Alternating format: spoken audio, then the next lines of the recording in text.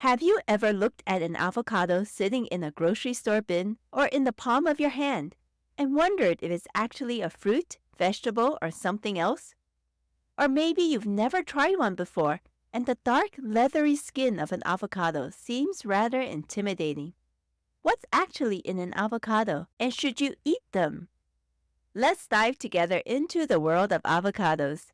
In this fun ingredient spotlight episode, we'll look at just how healthful avocados are and whether you should be including them in meals. I'm certain you'll walk away surprised and inspired, and possibly armed with fun facts to impress guests at the next dinner you host.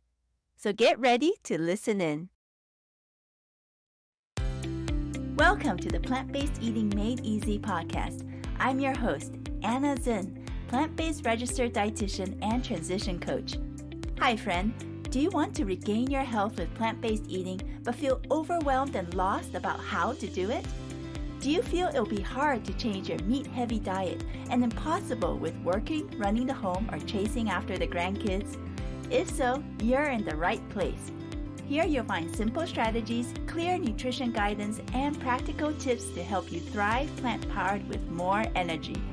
So if you're ready to ditch the guesswork and transform your health the stress-free way, cozy up now with a hot cup of tea or listen while you walk, and let me show you how doable plant-based eating can be. Let's do this. I want to take a moment first to thank a listener with Apple ID Lindsay Walk for her kind review of the Plant-Based Eating Made Easy podcast. She wrote, "Practical strategies. Anna is so relatable and makes this transition feel so doable. I appreciate how encouraging she is and how she emphasizes with the listener to let them know they are understood and supported. So many practical strategies and tips." From Lindsay of the Faith-Led Working Moms podcast. Thank you so much, Lindsay, for this positive 5-star written review. It really makes my day to know that through listening to this podcast, you're feeling more empowered to make changes and that moving to plant-based eating is feeling so much more doable and possible now. That's a key reason why I created this podcast in the first place. Most of the other podcasts I've seen in the plant-based space are either super long in episode length or are loaded with a ton of health information, but provide little hands-on practical tips and support for actually making this transition in real life. Thank you for your support of this podcast, Lindsay, and I hope you will continue to benefit from the clear nutrition guidance and simple strategies given in future episodes. Friend, would you like to support this podcast too? It will help reach more people like Lindsay to help them transition to a plant-powered lifestyle. If so, all you need to do is to take a quick moment to leave a rating and written review on Apple Podcasts. If you have an Apple device, find the Apple Podcasts app icon. It's a purple square with white circles. Open it, then search for Plant-Based Eating Made Easy. Once there, scroll all the way down past the 5-star symbols, then click on Write a Review. Leave a star rating, write your review, and then tap Send. You can also leave a review if you have iTunes downloaded on your PC computer. Tell me how this podcast is making a difference in your life, health or otherwise, and I may pick your review to spotlight on an episode like this one. So please take a moment now or at the end of this episode to leave a review. Follow and subscribe to this podcast too, so you won't miss any future new episodes. Now let's move into today's topic. Avocados come in all sizes and colors. Some can be bright green and others dark purple-black. Some are the size of 2 golf balls, while others are nearly the size of my hand. But all of them sport a greenish or blackish leathery hue. Growing up, avocados may have been part and parcel of your meals and family traditions. But for others, like myself, you may have never had them much growing up.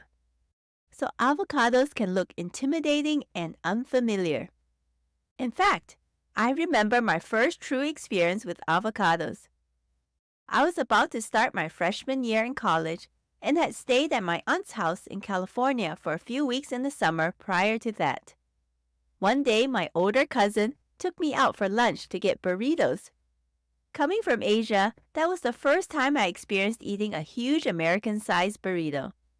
I could only finish a quarter of it, and I certainly didn't like the greenish sauce they put on it, which turned out to be guacamole. That was my first true experience with avocados, I think. But fast forward to 4 years later, and I could put down a burrito like a champ, and I ended up absolutely loving guacamole and all things avocado and Mexican. I guess my experience shows that our taste preferences and taste buds can definitely change over time. So if avocados are new to you, you may be wondering, what's really in them and should I eat them? Let's take a closer look at them now. First, what exactly are avocados? Are they a fruit, vegetable, or something else? Here's the answer. Although the United States Department of Agriculture, or USDA, database classifies avocado as a vegetable based on common usage, botanically speaking, the avocado is actually a berry with its fleshy pulp and single large seed. Here's another fun fact. We often only see 1 or 2 varieties of avocados sold in the store. But did you know? There are actually more than 500 varieties of avocados, and these varieties all differ in terms of size, texture, shape, and maturity rate. Now let's look at what's in an avocado nutritionally. According to the USDA Food Data Central Database, a raw avocado, about 200 grams in weight, contains on average 4 grams of protein, 13.5 grams of fiber, and 1.1 milligrams of iron. It is also a source of magnesium, vitamin C, vitamin E, vitamin K, potassium, and other micronutrients like lutein and zeaxanthin. Like olives, a high proportion of the fats in avocados are in the form of monounsaturated fatty acids. It is important to bear in mind, though, that the actual nutrient profile of an avocado will vary depending on factors such as the variety, size of the avocado analyzed, its grade of ripening, fertilizer use, as well as the growing climate and soil composition conditions. Now on to the third question. Are there other health benefits to eating avocados? The answer is yes. Given its high fiber content, avocados can help improve the microflora of the intestines by working as a prebiotic. In terms of potassium, the rich potassium content of avocados contributes to efficient regulation of electrolyte balance in the body and to maintaining heart health and muscle function by regulating blood pressure. In addition, avocados contain a vast array of secondary metabolites of different chemical classes with diverse biological activities. Avocado pulp is also a source of carotenoids like lutein, zeaxanthin, and alpha and beta carotene. These work as powerful free radical scavengers, reducing damage to blood vessels by lessening the amount of oxidized low-density lipoprotein and promoting eye health. Some studies appear to show that avocado intake lowers total cholesterol levels, though a systematic review and meta-analysis published in 2018 did not find this. To date, the potential antioxidant, antimicrobial, anti-cancer, anti-inflammatory, and cardioprotective effects of avocados continue to be actively explored in research.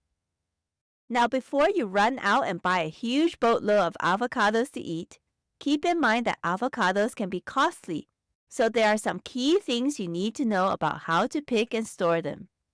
Also, know that though avocados are delicious and versatile, they're also calorically dense. According to the USDA Food Data Central Database, one raw avocado contains about 322 calories, so this can become a big part of one's total caloric intake for the day. So today we looked at avocados as an interesting plant-based food and ingredient. You may have been surprised to learn that avocados are actually botanically classified as a berry, though it is classified as a vegetable by the USDA. We also looked at some of their potential health benefits. If you haven't tried avocados yet, I hope you're walking away from this episode inspired to try one or to share one with a friend. But stay tuned. More tips will be coming from this podcast in future episodes on how to best pick, store, and enjoy them.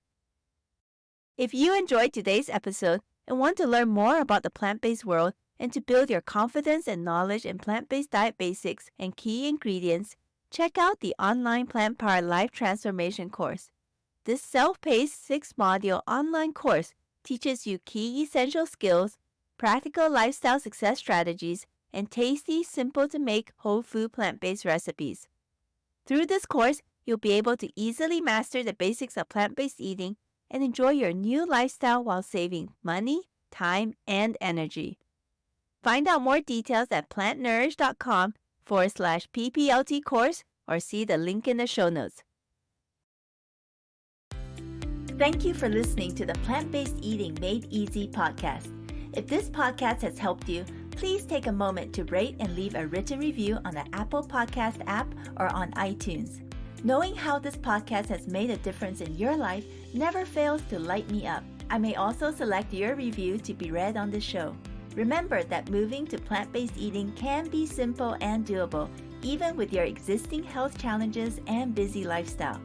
If you have a plant-based diet question you'd like me to answer on this show, share that question with me using the contact options in the show notes. Thanks for joining me today, and I can't wait to connect with you again in the next episode. Until next time, keep plant-focused and thriving, my friend.